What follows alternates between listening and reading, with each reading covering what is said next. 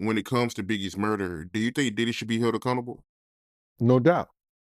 I didn't think that way, because I'm too, I too was traumatized in a way, to be totally honest. When you pull somebody out the car and they done pissed and they done shit on themselves, and you know you got that dead weight in your hand, and you got to sit down there and tell this man mother, you know, what you heard, what you saw, after this dude that lied to his mother. That's trauma, bro. I don't care how hard you is. And Biggie ain't the only dude that I've seen get murdered in a party, at a party, or being murdered. But he's the only one that I had to grab in my hands and carry and help put him on a gurney, a stretcher. He's the only one that I gotta constantly hear his music on the radio. He's the only one that I can't get Miss Wallace out of my mind when she grabbed both of my hands and said, I don't want to hear no more, with tears in her eyes, man. To have an experience like that for probably and arguably the world's greatest rapper of all time, that's crazy, bruh. So now, he's responsible for not having enough security. He's responsible for having Big there.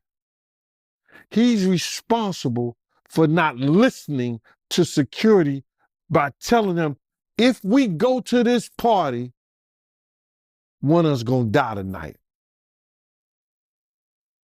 Somebody gonna get killed tonight. They coming to kill us, Puff. I want these kids to know ain't no party that big. Ain't no party that good.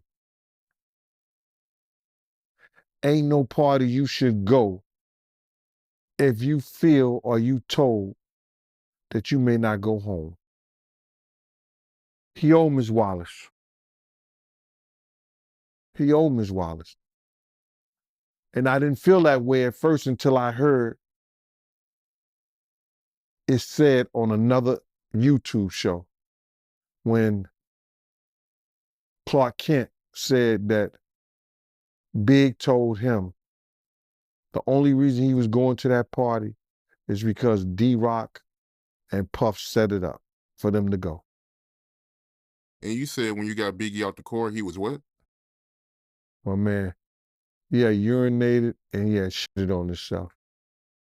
Wow, man. So with all that being said, what do you think should happen to Diddy for Biggie murder?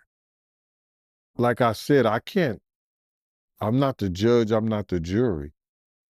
I think that way back then, because of Arista Records and Bad Boy, knowing that there was threats, and you heard Puff lie a couple of times in the past.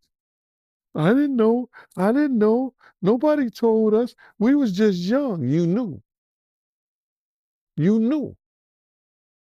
You heard him lie as if he didn't know. And then he put his boys, Mark Pitts and Wayne Barrow, right over there in Miss Waller's ear. Whereas that she should have been filing a lawsuit against Clyde Davis and Arista and Bad Boy Records for the death of her son. Because they did not have the proper security for the notorious Big. In the height of what was determined the East Coast, West Coast war in hip hop. So what they should do, it's too late for that now. What should happen? God got to decide that, bro. Wow. Is there any charges they can put on Diddy for Biggie's murder?